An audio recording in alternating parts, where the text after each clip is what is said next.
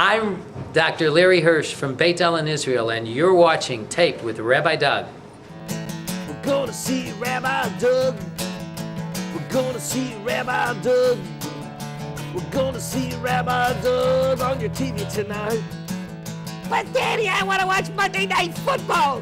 Forget about Monday Night Football. There's no other thing we're going to watch on Monday but Rabbi Doug. Yeah, Rabbi Doug on TV tonight. We're going to see Rabbi Doug. Oh, everybody talk about Doug. Shalom and welcome to Taped with Rabbi Doug.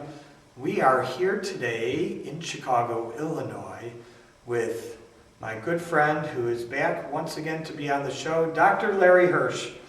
Welcome to the show. It's so nice to see you and have you with us again. The last time you were on the show, I think, was about 2 years ago. We were at the Ida Crown Jewish Academy's old building on the last day in that building before moving to Skokie, Illinois. And how are things in Israel? How are things living on the West Bank in Beit El? What is life like these days? Well, things haven't changed too much in the last couple of years. Things have been relatively quiet, although I have my own little story of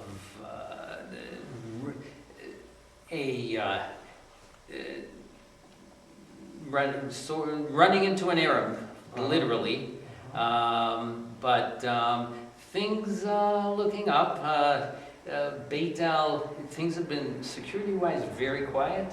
Thank God.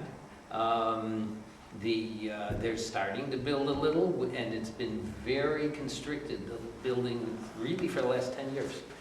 Hardly any new construction, all people adding to their current residences. Right. What about? Let me go back to a tragedy that was on the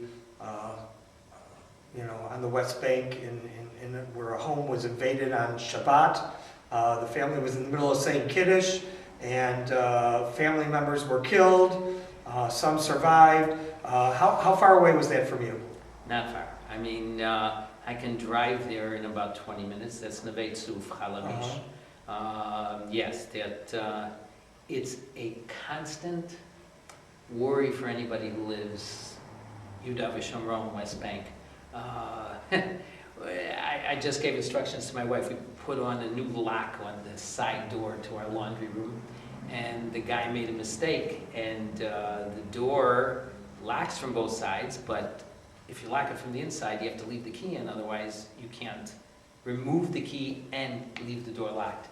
So I told her before I left, I go, make sure I'm leaving, you lock the door from the outside and pull the key out, because I don't want any intruder, which would be Arab,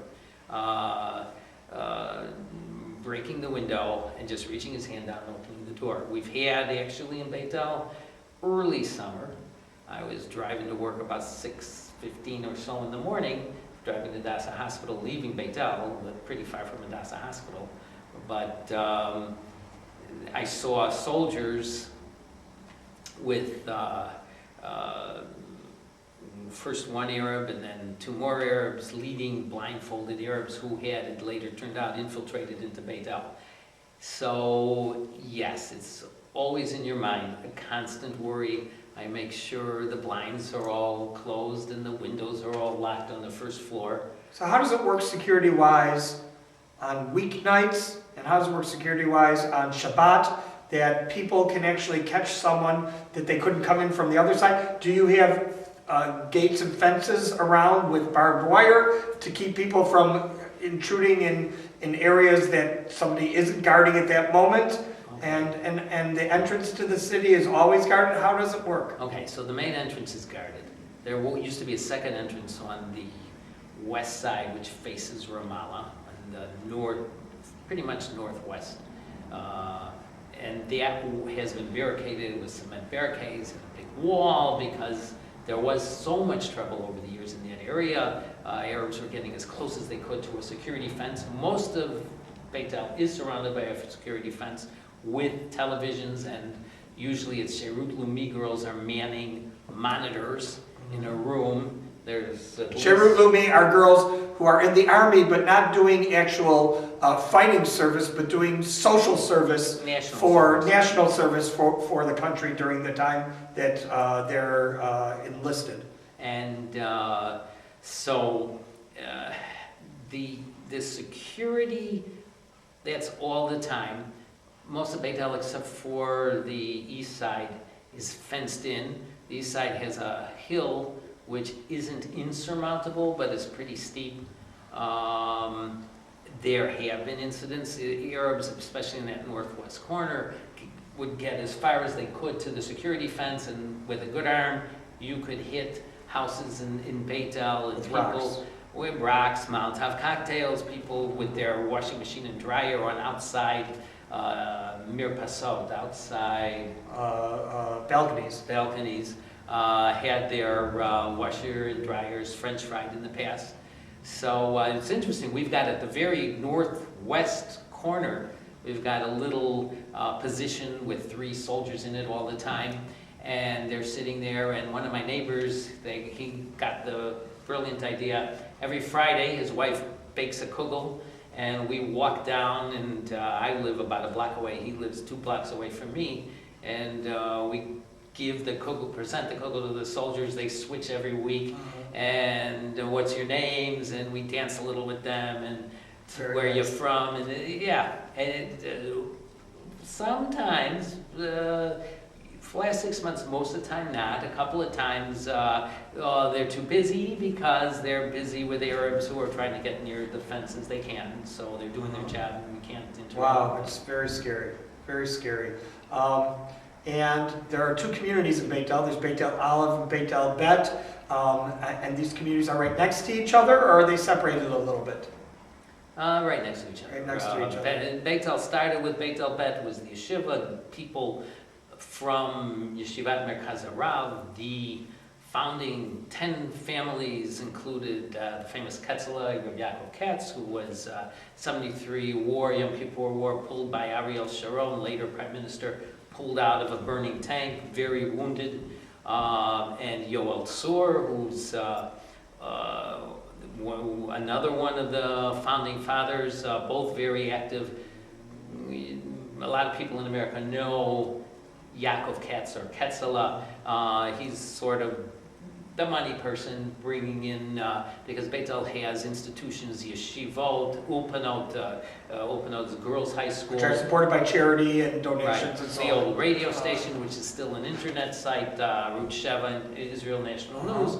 And Yoel Tzur is more the floor plans, building, and whatever needs to be done.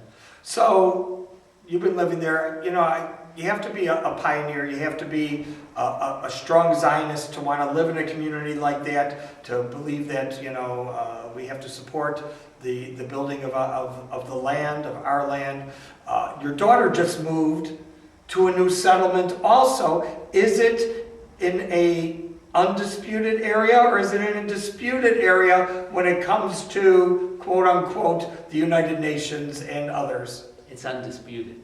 Undisputed. Still security issues, but it's a fascinating story that I just wanted for a couple of minutes digress to tell that story. The story really starts with Avram Avinu. A long time ago, probably about 3,700 years ago, Beersheba, Which we just read about in the Torah. Was Avram's Avinu's place. That's where he lived. Beersheba became more of a as it says, Abraham left there, he went to Haran, he came back. And maybe the 3rd city in Judea to Yerushalayim and Hebron, but if you look at the map, Yerushalayim's in the north on what's now Route 60 south to Hebron, and directly south is Beersheba. But much further away. But the old-timers in a place called Meitar, which is a small town of about, I believe, 18,000 people, maybe 20. That town sits on Route 60, and the old-timers say, well, before 1993, we could get to Yerushalayim in 60 minutes, just driving straight north. It's not that far. difference now being the Palestinian Authority, which it's still doable, but it's a little more hectic security-wise. But that story, to fast forward now, late 1880s, Jews start, after 1800 years, start coming back to the land of Israel, to what's Palestine, known as Palestine. And still, Beersheba is still a backwater town. And it's a backwater Ottoman Empire town till World War I. And then in World War I, that's when things start getting interesting. Fast forward to 1917, the United States has not, I do not believe, yet entered the war. March and April to spring, the British take terrible losses trying to conquer Gaza. We're talking about World War I. World War I. And take such terrible losses. I think the loss of something like 10,000 soldiers trying to take Gaza in 2 battles in the spring. They replaced General Murray with General Allenby, who's the famous Rehov Allenby in every major city in Israel. General Allenby, who mounted attacks through 1917, which eventually led to the conquest of Jerusalem. But it started in the south, and with British, Australians, and New Zealanders mounted attacks that culminated on October 31st, 1917. Which I'm mentioning that date for a reason. So tell us for those who don't know, who was fighting? Okay. Who were they fighting? Who were they fighting? Okay, so it's the British. Right, the British, of course. And at that point, French, but not so much in that battle, against Germany, Austria, and the Ottoman Empire, which is Turkey. And that's what I wanted them to know, that the Ottoman is Turkey. That's kind of what I wanted. It's really Turkey had control, was really the ones governing and had control of the Ottoman Empire. And this was mainly the British, with the assistance of others, who came in and conquered. So on October 31st, 1917 was a big battle. The British, Gaza is in the west on the Mediterranean. There's Beersheba inland, and then further east leading toward what's now Jordan, or then Transjordan. And Beersheba was well fortified to the west, was not so fortified to the east. Turks never figured anybody's going to come from that side, and the British did.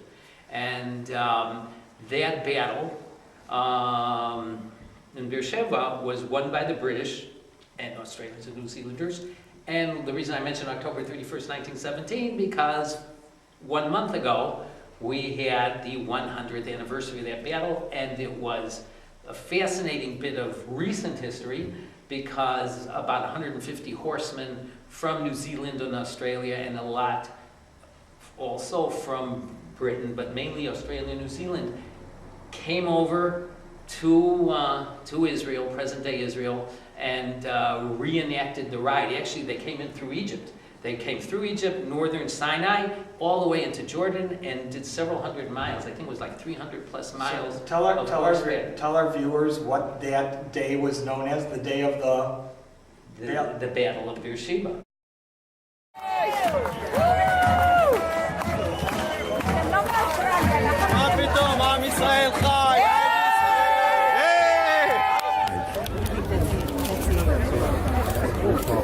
Ladies and gentlemen, the Australian Light Horse Cavalry. That's isn't it? That didn't even go.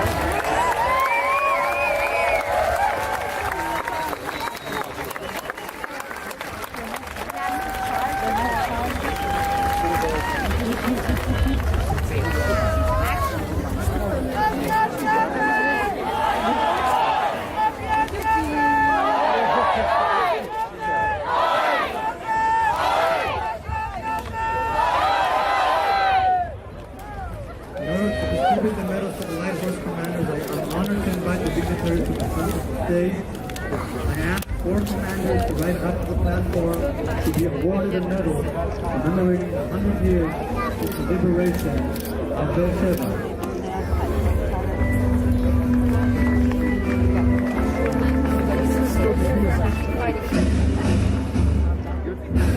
Not yet.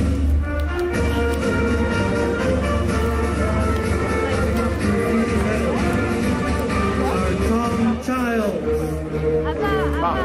Arthur the Maid.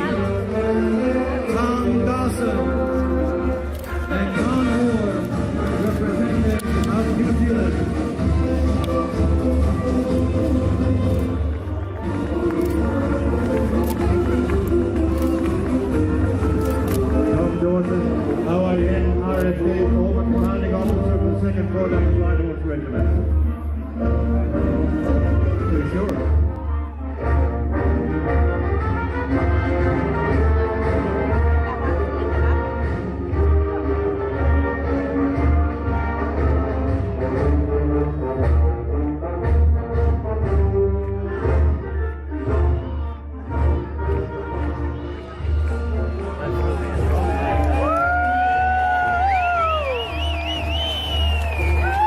Wasn't that also the day of the Declaration? So it was several days before. I believe Uh-huh. the Balfour Declaration is November 2nd, and this was October 31st. Oh, But so they're just a couple of days apart. They're just a couple of days apart. So That's what I wanted to bring up. historically, in 1917, the British government on November 2nd released a declaration which was written by Lord Balfour, and it was really a letter written to Lord Rothschild in England saying that Her Majesty's government recognizes the rights of the Jewish people to their historical homeland and will further the project of the Jews returning to their homeland, comma, just so that any other residents of the area, I'm paraphrasing, will not have their rights abrogated. That's, and meaning And Arabs. that's a big thing for the eventual 1948 declaration of the State of Israel in the United Nations. Without the Balfour Declaration, that would have never probably taken place. Probably not. I mean, there was some element of the fact that at that point, here it is, November 17, the British wanted America into the war, and right then America did enter the war, and they wanted American Jews to back the project of fighting World War I. But Balfour himself was a Zionist. To this day, his family came over to commemorate the Balfour Declaration. And but I want to fast forward from that, and I'll get back to that. Please. 1917 takes 30 years.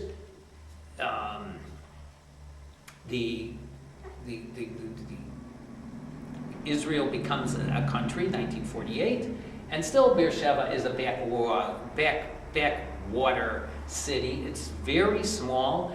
I was there in 73, there in 82, still small.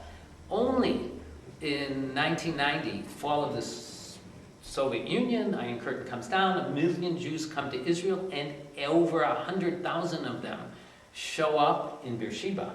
And now with a huge population, Beersheba, by around the beginning of the 2000s, is no longer a backwards country. There's shopping malls, and there's all kinds of businesses. And one of the biggest hospitals in Israel is in Beersheba. Soroka, the medical school and the hospital is there. And then, in the last 5 years, the Army decides we're going to be moving bases from the north and center of the country down to the Negev. Partially because the Army sits central Tel Aviv, Tzrifim or Serafin, the old British Army base. I did medical trauma courses in 95 and 2000 with the Army back then. And that's southern Tel Aviv, really. It's very lucrative real estate. The Army could sort of make a killing by selling it and moving to the Negev. So with all of this going on in the Negev, that's the lead into settlement of the Negev. And settlement, everybody usually thinks it's West Bank and all this, but this is not. And we did a show. I taped November 02. I taped foundation stone type of thing in what's called Merchav Am, which is near Ben Gurion's old Sde Boker kibbutz, and that's become a small town. We went through the story on that old tape. Great show. Yeah, great show. And then which can be seen on the internet still. Yeah. So you can Google it and look on our website, www.tvrabbi.com, and find that show. Go on. In the beginning of the 2000s, the story gets even more interesting. I mean, some of your viewers may know who Dudu Fisher is, Chazan entertainer in Israel. Famous. And his son and another army buddy and 2 more army buddies got the idea, they're sitting in the army, finishing their 3-year stint. We want to do something for the country, and they get the idea, we're going to set up a non-governmental organization to further Hityashvut, settlement in the Negev, which doesn't have a lot of people, and in the Galil. And the reason is because it's desert. It is the hottest part of Israel. It's desert. As we know, Eretz Zavat Chalav Udvash, it is the land of flowing with milk and honey. The place where it less flowed with milk and honey was in the real desert region, which is the Negev. But it is part of historical Israel and Israel as it was granted even in 1948. So it is a place which certainly settling it is, as you said, undisputed. It's something that should have been done a long time ago, probably. But now, obviously, things have changed. Right, and demographically it's important because there's a lot of Arabs in both areas, both in the Galil and both in the Negev. And the government wanted Jews to move there, but didn't have the means to really move them there. So what these 4 army buddies, and mainly now Dudu Fisher's son, Ophir Fisher, and Roni Flammer, who's really now the CEO of this NGO, in Hebrew, Amuta, called Or, which means light. They got involved and started helping out to move people and to the Negev and to the Galil. They helped existing places like Merchavam and started with 6 settlements in the Negev and 3 up north in the Galil. Do they receive tax incentives and things like this when Israel wants to settle people in another area and move from where they are? Do they receive tax incentives and stuff to make these moves? To tell you the truth, I'm not sure. Okay, I'm just curious. Not sure. Actual development towns do get it, but I believe places like Ofakim do get it.